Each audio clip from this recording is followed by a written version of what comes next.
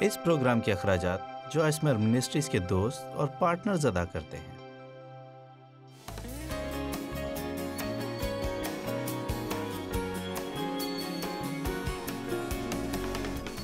جانتے ہیں جب ہم خدا کی طرف سے رویا حاصل کرتے ہیں تو ہم اپنی زندگی میں کچھ اچھا ہوتے ہوئے دیکھنا چاہتے ہیں۔ آپ کو خدا کی طرف سے صاف تصویر حاصل ہوتی ہے، آپ تصور کر سکتے ہیں کہ چیزیں کیسی ہوں گی۔ خدا آپ کو یہ بتانے کی زحمت نہیں کرے گا کہ رویا کے پورا ہونے میں کتنا وقت لگے گا۔ وہ آپ کو یہ نہیں بتائے گا کہ سفر کس نوعیت کا ہوگا اور آپ کو کس قدر مخالفت کا سامنا کرنا پڑے گا۔ وہ آپ کو صرف اپنا فیصلہ دکھاتا ہے۔ آمین۔ یہ ایسے ہی ہے کہ آپ 5000 ٹکڑوں والا پزل گیم خرید لائیں اور آپ وہ پزل اس کے ڈبے پر بنی ہوئی تصویر دیکھ کر لیتے ہیں جو آپ کو پسند آتی ہے۔ جب خدا آپ کو خواب دکھاتا ہے تو آپ کو وہ تصویر اچھی لگتی ہے۔ پوری دنیا میں جا کر اور اپنے ہر کام میں انجیل کی منادی کرنا مجھے اچھا لگتا ہے۔ یہ اچھا ہوگا، میں اپنا وزن 50 پاؤنڈ گھٹانا چاہتی ہوں، زبردست۔ میں اپنے بدن کو اچھی شکل میں لانا چاہتی ہوں، یہ اچھا لگتا ہے۔ خدا میں چاہتی ہوں کہ اس گھر کی ساری چیزیں اسی طرح سے ترتیب میں ہوں کہ ہر وقت مجھے ٹھیک طور سے پتا ہو کہ کون سی چیز کہاں رکھی ہے۔ جی ہاں، مجھے سب ایسا ہی چاہیے۔ کیا میرے ساتھ ہیں؟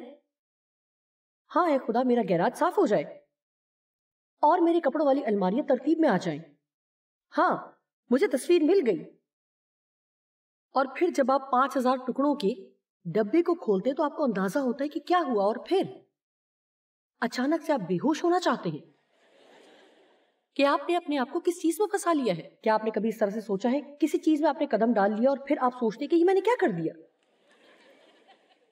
میں نے خود کو کس مشکل میں ڈال لیا۔ آپ کو پتا ہے کہ جب آپ پزل جوڑتے ہیں تو پہلے کناروں کے ٹکڑوں سے شروع کیا جاتا ہے کیونکہ ان کو جوڑنا آسان ہے۔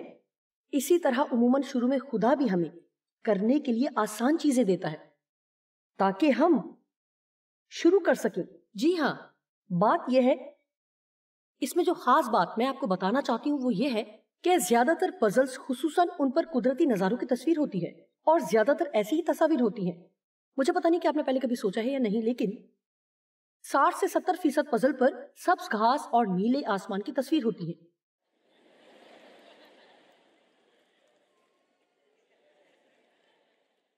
اور میں آپ کو بتا سکتی ہوں کہ آپ میں سے کئی ہیں جو نیلے آسمان کے ٹکڑوں کو جوڑتے جوڑتے تھک چکے ہیں۔ پرجوش ہو جائیں، آج میں کس سے بات کر رہی ہوں؟ میرا مطلب ہے کہ آپ کی حالت اس طرح ہے جیسے کہ ابھی بھی سبز گھاس والے آخری ٹکڑے کی تلاش کر رہے ہیں، لیکن زندگی اسی طرح کی ہے اور کوئی شخص آپ کو نہیں ملا جو آپ کے پاس تبدیلی کا پیغام لے کر آئے۔ اور اگر وہ جھوٹ بھی بول رہے ہیں، اگر وہ کہیں کہ انہوں نے ایسا کیا ہے، تو بھی ایک طریقہ موجود ہے۔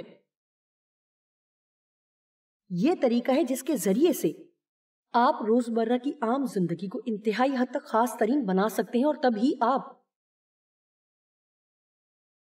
یہ سیکھ جائیں گے کہ آپ نے خدا کے ساتھ زندگی کس طرح گزارنی ہے۔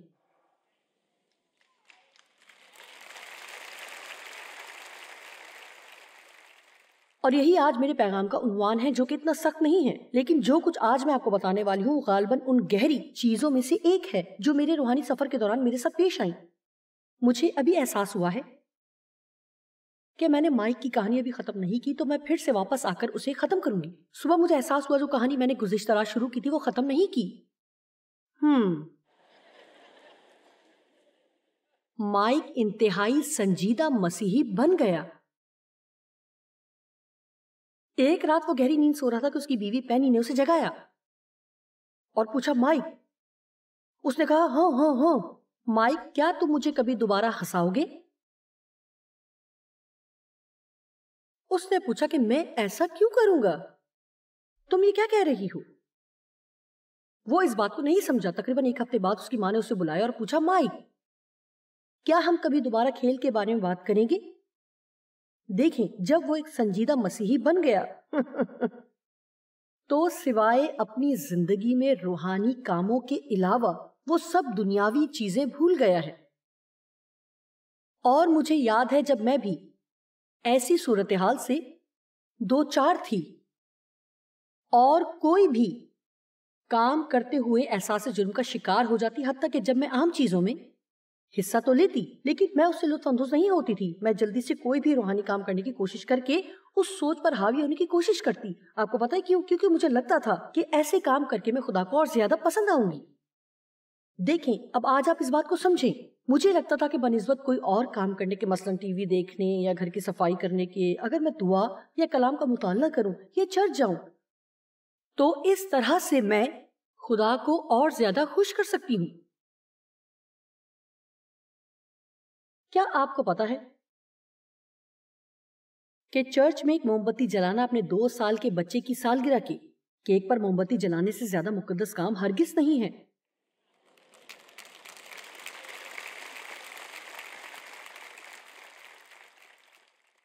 اگر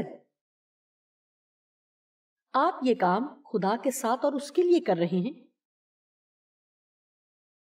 مجھے نہیں معلوم کہ آپ کیسی زندگی گزار رہے ہیں، لیکن یاد رہے کہ اگر آپ سب کچھ خدا سے الگ ہو کر کرنے کی کوشش کریں گے تو آپ زندگی سے لطف نہیں اٹھا پائیں گے. اگر آپ اپنی عام زندگی کے ہر ایک دن میں جوش و جذبہ لانا چاہتے ہیں تو آپ کو کلسیوں 3 باب میں سے سیکھنا ہوگا. اس کو صرف پڑھنا ہی نہیں بلکہ اپنی زندگی میں اس کو لاگو بھی کرنا ہے. سب کام مسیح کے نام سے اور اس پر بھروسہ رکھ کر کرو اور سب چیزوں میں اس کو جلال اور تمجید ملے. سب چیزوں میں جو ہم کرتے ہیں. مجھے امید ہے کہ میں آج صبح اس تھوڑے سے وقت میں آپ کو یہ بات بتا سکوں کہ جب میں نے مقدس اور دنیاوی کی تقسیم چھوڑ دی تو یہ بات میری زندگی میں کس قدر تبدیلی کا باعث ہوئی. اور مجھے یہ احساس ہوا کہ اگر میں ہر چیز خدا کے ساتھ اور خدا کے لیے کروں تو سب کچھ مقدس بن جاتا ہے. یہ بات آپ کو پسند آئے گی اور آپ کے لیے فائدہ مند ہوگی. خدا نے موسیٰ سے ہیکل میں ملاقات نہیں کی، وہ اسے جلتی ہوئی جھاڑی میں ملا. کیا ایک جھاڑی میں؟ جب خدا جھاڑی میں ظاہر ہوا تو وہ جگہ پاک ہو گئی. اس لیے ہم جو بھی کریں اگر ہم وہ خدا کے ساتھ اور خدا کے لیے کرتے ہیں تو وہ پاک ہو جاتا ہے. واو! ہر چیز جو کچھ بھی ہم کرتے ہیں. مجھے اچھا دکھنا پسند ہے، لہٰذا ورزش کرنے کی ایک وجہ یہ بھی ہے، اور 5 میل پیدل چلتی ہوں کیونکہ میں یہ خدا کے لیے کرتی ہوں. خدا نے مجھے 12 سال پہلے کہا کہ اگر تم ابھی سے اپنا خیال رکھنا شروع نہیں کرو گی تو تم اپنی زندگی کے آخری تہائی حصے میں مضبوط نہیں ہوگی. اور میں وہ کام کرنا چاہتی ہوں جو کرنے کے لیے خدا نے مجھے بلایا ہے. لہٰذا میں جانتی ہوں کہ عمر کے اس حصے میں اگر میں وہ سب کچھ کرنا چاہتی ہوں تو ضروری ہے کہ میں ورزش بھی کروں اور پیدل بھی چلوں. اس لیے جو کچھ بھی میں کر رہی ہوں وہ خدا کے لیے کر رہی ہوں. بس چاہے یہ مشکل کام ہے لیکن میں اس سے لطف اندوز ہوتی ہوں کیونکہ پیدل چلنے کے دوران میں دعا کرتی ہوں اور خدا سے گفتگو کرتی ہوں. ہمیں یہ سمجھنا ہے کہ خدا صرف چرچ بلڈنگ میں ہی ہماری نہیں سنتا، خدا ہر جگہ موجود ہے. یہ بات غور سے سنیے، خدا آپ سے صرف ایک خیال کی دوری پر ہے. کیا آپ نے بات سنی؟ خدا کبھی بھی آپ سے ایک جملے سے زیادہ فاصلے پر نہیں ہے.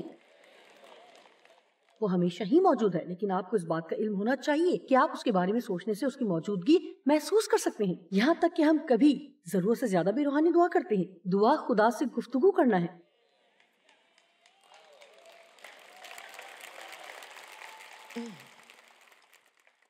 ہمیں بہت ہی مختلف شخص بننے کی ضرورت نہیں ہے کیونکہ ہم دعا کر رہے ہیں. نہایت پاک ترین خدائے برتر. خاموش ہو جائیں. خدا ایسے الفاظ سننا نہیں چاہتا. جیسے آپ ہیں ویسے ہی اس کے سامنے آئیں. خداوند میں پھر سے تیرے حضور آتا ہوں.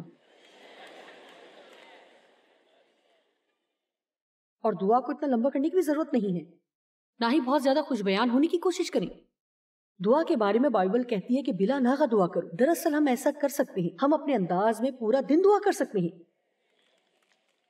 اے خداوند تیرا شکر ہو. اے یسوع مجھے تیری ضرورت ہے. اے خدا اس معاملے میں میری مدد کر. اے خداوند تو عظیم ہے، تو محیب ہے.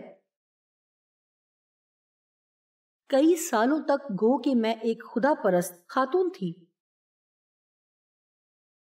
لیکن خدا میری روحانی زندگی کا ایک چھوٹا سا حصہ تھا. وہ صرف اتوار کے ایک چھوٹے سے ڈبے میں تھا، اور بقیہ سارا ہفتہ میں اپنی زندگی بسر کرتی تھی اور میں اسے صرف اسی وقت پکارتی تھی جب کوئی مشکل پیش آتی تھی. میں اسے اس وقت پکارتی تھی جب کوئی مسئلہ میری سمجھ میں نہیں آتا تھا. دیکھیں میں نے یہ سیکھا کہ مجھے ہمیشہ ہی کچھ سمجھ نہیں آتا. میرا مطلب ہے کہ میں ابھی تک سمجھ نہیں پائی. آپ کو بالکل بھی اندازہ نہیں ہے کہ اگر خدا میری مدد نہ کرتا تو میں کتنی بڑی مشکل میں پڑ جاتی. آمین. آپ جانتے ہیں کہ لوگ باتیں کرتے ہیں. خیر، گہرائی میں جائیں. جب کوئی بات سمجھ نہ آئے تو اس سے کوئی فرق نہیں پڑتا کہ آپ کتنا گہرا جاتے ہیں، کیونکہ اگر خدا آپ کی مدد نہ کرے تو آپ پھر بھی مردہ ہیں.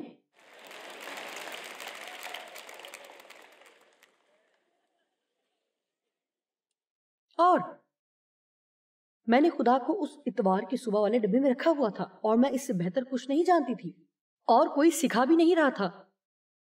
اور 70 کی دہائی میں جب حقیقتاً خدا نے میری زندگی کو چھوا اور میں روح القدس کے نزول کے دوران جو اس وقت وہاں ہو رہا تھا، آپ کو کسی خاص بہاؤ کا انتظار کرنے کی ضرورت نہیں. آپ کسی بھی وقت خدا کی معمولی حاصل کر سکتے ہیں.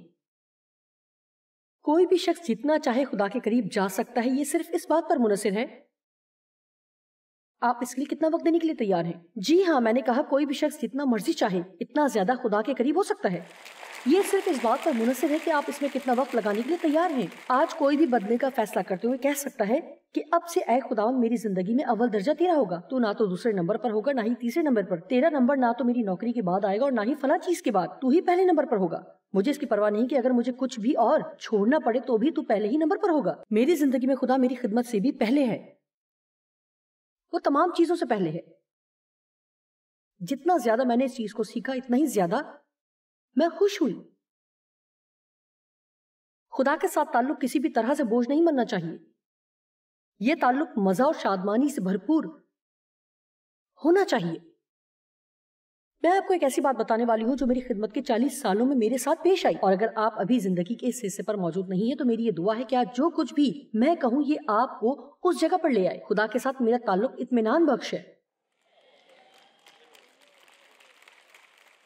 میرا مطلب ہے کہ میں خداوند کے ساتھ بآسانی بات کر سکتی ہوں. مجھے لگتا ہے کہ مجھے دکھاوا کرنے کی ضرورت نہیں اور میں یہ بھی محسوس نہیں کرتی کہ مجھے اپنے آپ کو دوسروں سے بہتر دکھانے کی ضرورت ہے یا دوسروں کو متاثر کرنے کی ضرورت ہے. خدا نے مجھے سکھایا جوائس جب میں نے تمہیں لیا تو میں جانتا تھا ایسا کچھ بھی نہیں جو تم میرے لیے کرو گی تو وہ حیران کن ہوگا، کیونکہ جو بھی غلط کام تم کرو گی انہیں تمہیں کرنے سے پہلے ہی میں جانتا تھا. میں ہر اس لفظ کو بھی جانتا ہوں جو تمہاری زبان پر ہے اور جو تم نے ابھی تک زبان سے ادا بھی نہیں کیے. اور میں ہر ایک اس خیال سے بھی واقف ہوں جو تم نے ابھی تک اپنے ذہن سے نہیں نکالا، لیکن میں پھر بھی تم سے پیار کرتا ہوں. آمین. کچھ وقت پہلے میں اپنی زندگی میں تبدیلی لانا چاہ رہی تھی اور مجھے ایسا لگا کہ خدا کہہ رہا ہے کہ تم جیسی بھی ہو مجھے پسند ہو. اس کے بعد آپ سمجھ نہیں پاتے کہ کیا کریں. یہاں ایک شخص کو یہ پسند نہیں آیا.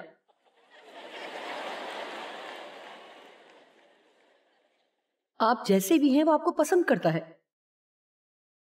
میں نے یہ نہیں کہا کہ جو بھی ہم کرتے ہیں وہ ہمارے ہر غلط کام کو پسند کرتا ہے، لیکن وہ آپ سے پیار کرتا ہے. اب آپ نے اپنے کاموں میں فرق کرنا ہے. میں خدا کی بیٹی ہوں لیکن میں ہمیشہ ہی سارے کام درست نہیں کرتی. لیکن میرے پاس آپ کے لیے خوشخبری ہے، میں وہاں پر نہیں ہوں جہاں مجھے ہونا چاہیے، لیکن خدا کا شکر ہے کہ میں وہاں بھی نہیں جہاں میں ہوا کرتی تھی. زبردست. میں اپنی ترقی کی خوشی مناؤں گی، کیونکہ جب آپ خوشی مناتے ہیں تو ابلیس پریشان ہوتا ہے. آپ جانتے ہیں یا نہیں لیکن خدا کو خوشی منانا پسند ہے. اگر آپ پرانے عہد نامے کو پڑھیں تو ان کو خوشی منانے کا حکم دیا گیا تھا. ان کے لیے کوئی گنجائش نہیں تھی. ان کی تقریبات لمبی ہوتی تھی، 1 ہفتہ لمبی، کئی دن تک، اور وہ خوشی مناتے رہتے تھے. مجھے مصرف بیٹے کی کہانی بہت پسند ہے. اس کہانی میں بڑے بیٹے کے بارے میں بھی اتنا ہی ہے جتنا کہ چھوٹے بیٹے کے بارے میں. بڑا بھائی ایک مذہبی آدمی تھا. اس کو یہ معلوم نہیں تھا کہ زندگی سے کیسے لطف اٹھانا ہے. جب چھوٹا بیٹا واپس آیا تو باپ بہت ہی پرجوش اور خوشی سے بھرپور تھا کہ پہلی چیز جو وہ کرنا چاہتا تھا وہ تھی ایک پر رونق تقریب. میں جو ابھی کہنے والی ہوں اسے غور سے سنیں. بڑے بھائی نے اس تقریب میں جانے سے انکار کر دیا. وہ باہر ہی رہا اور اس کا رویہ برا تھا. جانتے ہیں کیا ہوا؟ وہ خدا کو جشن منانے سے نہ روک سکا. اور یہاں ایک بات جو میں بتانا چاہتی ہوں، آپ جان لیں کہ خدا کا جشن ہر وقت جاری رہتا ہے، اور چاہے آپ اس میں شریک نہ بھی ہونا چاہیں پھر بھی جشن ہو رہا ہوتا ہے. اور میں نے یہ فیصلہ کیا کہ میں اس جشن میں جاؤں گی. میں جشن میں جا رہی ہوں. میں اپنی زندگی سے لطف اٹھاؤں گی، میں اپنے آپ میں مزہ کروں گی، میں اپنے خاوند کے ساتھ لطف اٹھاؤں گی، میں اپنے بچوں کے ساتھ لطف اٹھاؤں گی۔ یسوع آیا کہ ہم زندگی پائیں، اسے لطف اٹھائیں اور کثرت سے اسے حاصل کریں اور مکمل طور پر اس سے معمور ہو، ایسا کہ وہ باہر بہنے لگے۔ اگر آپ ابلیس کو پریشان کرنا چاہتے ہیں تو خوشی کا اظہار کریں، خوش ہوں۔ آپ کہیں گے ان مسائل کے باوجود میں کیسے خوش رہ سکتی ہوں؟ جی، بہتر یہی ہے کہ آپ ان مسائل کے ساتھ خوش رہنا سیکھ لیں، کیونکہ ممکن ہے کہ چند ایک مسائل ساری زندگی آپ کے ساتھ رہیں۔ سنجیدگی سے کہہ رہی ہوں۔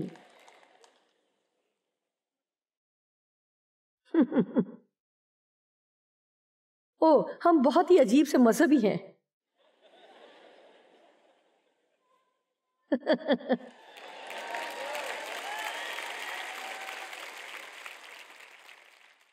ہم ایسے گانے نہیں سنتے جو مسیحی گیت نہ ہوں۔ یہاں پر میں آپ کو کسی مشکل میں نہیں ڈالنا چاہتی، لیکن واضح رہے کہ میں کسی بھی طرح اور کسی بھی صورت میں تجویز نہیں کر رہی کہ ہم ایسی چیزوں میں حصہ لینے کا سوچے بھی جو صحیح یا درست نہیں ہے، لیکن ضروری نہیں ہے کہ جو کچھ بھی ہم کریں اس کے اوپر نام نہاد مسیحی عنوان لکھا ہوا نظر آئے۔ جی ہاں، یہ اچھی بات ہے کہ کم از کم یہاں ایک شخص موجود ہے جو تالی بجا رہا ہے۔ یہاں جشن منایا جا رہا ہے۔ خدا چاہتا ہے کہ ہم اپنی زندگی سے لطف اٹھائیں۔ آپ کو مقدس اور دنیاوی تقسیم کے بارے میں سوچنا بند کرنا ہے اور یہ احساس کرنا ہے کہ جو کچھ ہم زندگی میں کرتے ہیں خدا کے ساتھ اور خدا کے لیے کریں، اور اگر آپ خدا کے لیے نہیں کر سکتے تو یہ نشان ہے کہ آپ کچھ نہیں کرتے۔ آمین۔ غور سے سنیے، مجھے اس بات سے ہرگز کوئی مسئلہ نہیں اگر مجھے کوئی بتائے کہ مجھے کب ٹی وی بند کرنا ہے۔ اس کا یہ مطلب نہیں کہ میں کبھی بھی لمبے وقت کے لیے نہیں بیٹھی کیونکہ میں اس ڈرامے کا آخر بھی دیکھنا چاہتی ہوں۔ آپ جانتے ہیں کہ ہم بھی آپ ہی کی طرح ہیں۔ میں یہ کہہ رہی ہوں کہ ہم جانتے ہیں کہ صحیح کیا ہے اور غلط کیا۔ ہمیں آزادی سے خوفزدہ ہونے کی ضرورت نہیں ہے۔ خدا کی پیروی کرنے کے لیے ہمیں ان تمام رسمی اصولوں اور ضوابط پر عمل کرنا ضروری نہیں۔ ہم روح القدس کی رہنمائی میں چلتے ہیں۔ میں جانتی ہوں کہ کب مجھے اپنا منہ بند کرنا ہے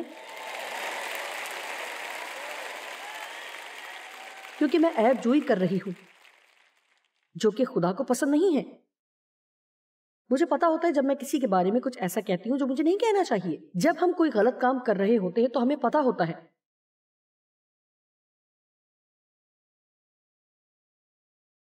میں اپنے پاس لکھی ہوئی چند ایک چیزیں آپ کو بتاتی ہوں۔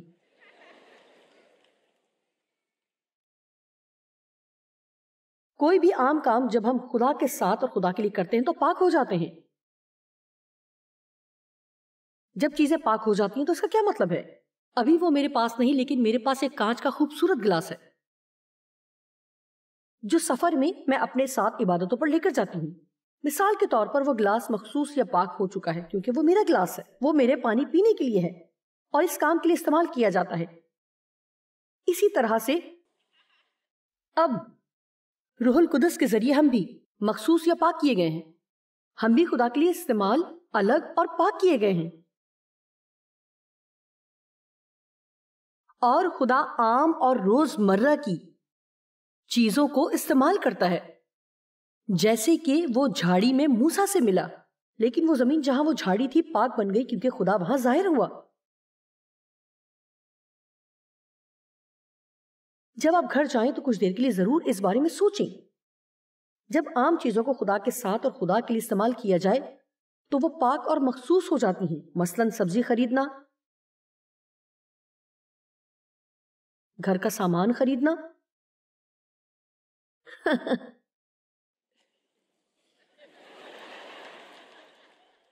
گھر کی صفائی کرنا، ورزش کرنا، واقعی رش میں گاڑی چلانا، پرانی نوکری پر دوبارہ جانا، نیلے آسمان والے پزل کا ایک اور ٹکڑا ڈھونڈنا، سبز گھاس والے پزل کا ایک ٹکڑا ایک اور ٹکڑا ڈھونڈنا، کسی اور ہوٹل میں رکنا، لوگوں کے کسی دوسرے گروہ میں منادی کرنے کے لیے ایک اور پیغام کی تیاری کرنا۔ دیکھیں، اس سے فرق نہیں پڑتا چاہے کچھ بھی ہو۔ آپ میں سے کوئی بھی اگر کسی چیز کے لیے وفادار ہے تو زندگی میں ایسے اوقات بھی آتے ہیں جب آپ اپنے ہاتھ سے اپنے بالوں کو زور سے کھینچتے ہیں اور چلاتے ہیں کہ میں یہ کام ایک اور دفعہ نہیں کر سکتی، اور پھر آپ تھوڑا سا مڑتے ہیں اور خدا سے کہتے ہیں اے خدا میں یہ تیرے ساتھ اور تیرے لیے کروں گی۔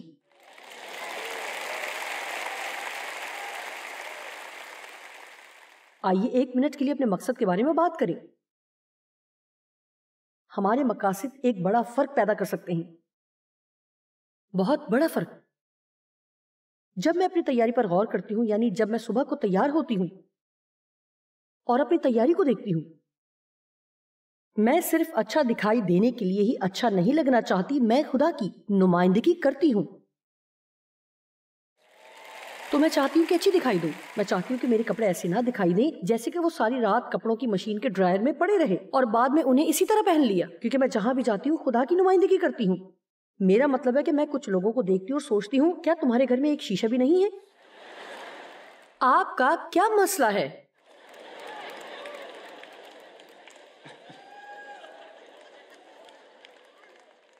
ہمیں اپنا بہترین خدا کو دینا ہے، کیونکہ زمین پر ہم اس کے نمائندے ہیں، اور حتیٰ کہ ایسی چیزیں بھی اگر ہم خدا کے ساتھ اور خدا کے لیے کرتے ہیں تو اس سے بھی بہت فرق پڑتا ہے۔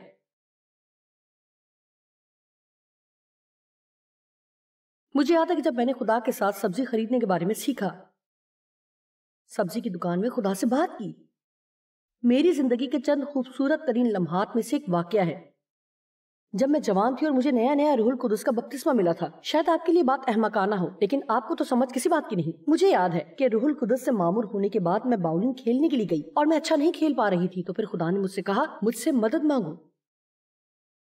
میں نے سوچا میں اپنے کھیل کے بارے میں دعا نہیں کروں گی۔ میں نے یہ نہیں سوچا تھا کہ خدا کو اس کی بھی فکر ہو سکتی ہے کہ آپ یہاں موجود ہیں۔ میں نے یہ نہیں سوچا کہ خدا ہم چیزوں کے بارے میں بھی پرواہ کر سکتا ہے، اس کو کچھ روحانی ہونا چاہیے۔ اور پھر میں نے خدا سے دعا کی تاکہ وہ میری مدد کرے، اور پھر میں نے اچھا کھیلنا شروع کر دیا۔ مجھے ایک اور وقت یاد ہے جب میں اپنے بال ٹھیک کر رہی تھی، تو ایک چھوٹا سا بال تھا جو اپنی جگہ پر ٹھیک نہیں ہو رہا تھا، اور میں بہت ہی غصے میں تھی اور میں تیار تھی کہ اپنے بالوں والے برش سے اپنے سر کو پیٹ دوں۔ پہلے میں اسی طرح اپنے معاملات حل کیا کرتی تھی۔ پھر خدا نے میرے دل میں ایک بات ڈالی، اپنے بال بنانے کے لیے مجھ سے مدد مانگو۔ واو، مجھے اپنے بال بنانے کے لیے دعا کرنی ہے؟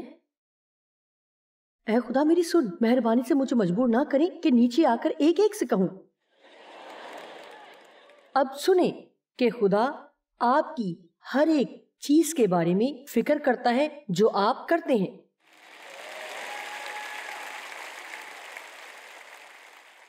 اس بات کو سمجھیں کہ وہ آپ کے معاملے میں شامل ہونا چاہتا ہے۔ وہ آپ کے ساتھ سبزی کی دکان پر جانا چاہتا ہے، وہ آپ کے ساتھ گھر کی صفائی کرنا چاہتا ہے، وہ آپ کی گاڑی کا تیل تبدیل کرنے میں آپ کی مدد کرنا چاہتا ہے، جب آپ گھر کی گھاس کاٹ رہے ہوں وہ آپ کے ساتھ چلنا چاہتا ہے، وہ رش میں آپ کے ساتھ آپ کی گاڑی چلانا چاہتا ہے، وہ آپ کے ساتھ نیلے آسمان اور سبز گھاس کا پزل حل کرنے میں مدد کرنا چاہتا ہے۔ کیا آپ یہاں پر ہیں؟ میں بائبل کے اس ترجمے کو بہت پسند کرتی ہوں جہاں یہ لکھا ہے کہ یسوع نے روح القدس کو اس لیے بھیجا تاکہ وہ آپ کے ساتھ گہرا تعلق رکھ سکے۔ یہ ترجمہ کئی بار یہ لفظ استعمال کرتا ہے، ہمارے ساتھ گہرا تعلق۔ یسوع اس لیے نہیں مرا تاکہ ہمیں ایک مذہب مل سکے۔ وہ اس لیے مرا تاکہ ہم خدا کے ساتھ شخصی تعلق رکھ سکیں، مسیح کے ذریعے خدا کے ساتھ ایک شخصی تعلق رکھ سکوں، اور پھر اس نے روح القدس کو بھیجا۔ کیا آپ اپنے اندر سے زیادہ اور قریب ہو سکتے ہیں؟ کیا آپ اپنی سانس سے زیادہ خدا کے قریب ہو سکتے ہیں؟ اور ہمیں اس کے بغیر کچھ بھی کرنے کی ضرورت نہیں ہے۔ آپ جانتے ہیں کہ کئی بار ہمارا دھیان صرف ہفتہ وار چرچ کی عبادت پر ہوتا ہے، یا پھر تھوڑا بہت ہر روز کی دعا پر، لیکن حقیقی طور پر اس سے کہیں زیادہ خدا ہم سے چاہتا ہے۔ وہ ہمارے ساتھ زندگی بسر کرنا چاہتا ہے، وہ ہمارے سب کاموں میں جو ہم کرتے ہیں شریک ہونا چاہتا ہے، اور ہمیں اس بات کو سمجھنے کی ضرورت ہے کہ خدا ہماری زندگی کی عام باتوں کی بھی فکر کرتا ہے، ہمارے بال، سبزی کی دکان پر جانا، ہمارے مشاغل اور بہت کچھ۔ ہمیں خدا کے ساتھ آرام دہ ہونا چاہیے۔ ہمارا تعلق اس لیے نہیں بنایا گیا کہ وہ آپ کے لیے بوجھ بن جائے، یہ ایک دوستی ہے۔ بہت سی چیزوں میں سے ایک جو کہ خدا کے ساتھ ہمارے تعلق کو بہتر بنانے میں معاون ہے۔ ہم یہ سیکھیں کہ خدا بھلا ہے اور ہم ہر وقت ہر بات میں اور ہر چیز میں خدا پر بھروسہ رکھ سکتے ہیں۔